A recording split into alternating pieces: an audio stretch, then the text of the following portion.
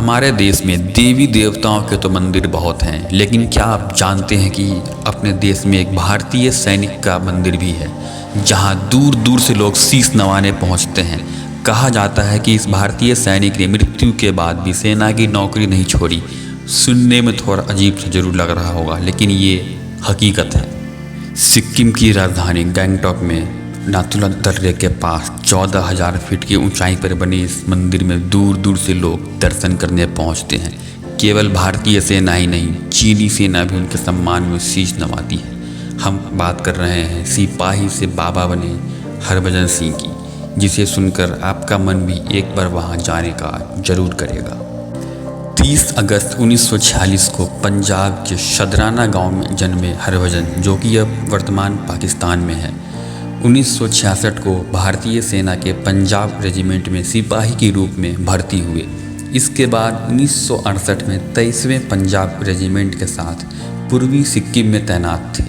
4 अक्टूबर 1968 को खच्चरों का काफिला ले जाते समय नाथुला के पास उनका पैर फिसल गया और घाटी में गिर गए और उनकी मौत हो गई। पानी का तेज बहाव उनके शरीर को काफ़ी दूर बहा कर ले गया।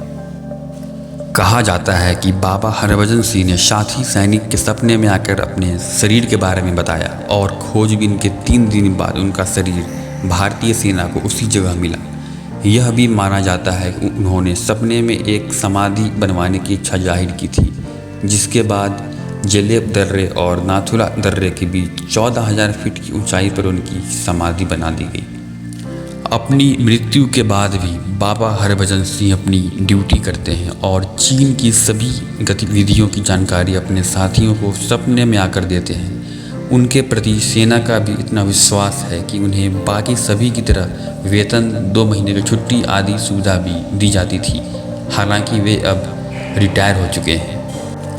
2 महीने की छुट्टी के दौरान उनके घर तक की टिकट बुक करवाई जाती है और स्थानीय लोग उनका सामान लेकर उन्हें स्टेशन छोड़ने जाते हैं। उनके वेतन का 1/4 हिस्सा उनकी मां को भेजा जाता है। यही नहीं, नाथुला में जब भी भारत और चीन के बीच फ्लैग मीटिंग होती है तो चीनी सेना बाबा हरभजन के लिए अलग से कुर्सी भी लगाती है। बाबा हरभजन सिंह के मंदिर में उनकी तस्वीर के साथ उनके जूते और बाकी सामान रखे गए हैं।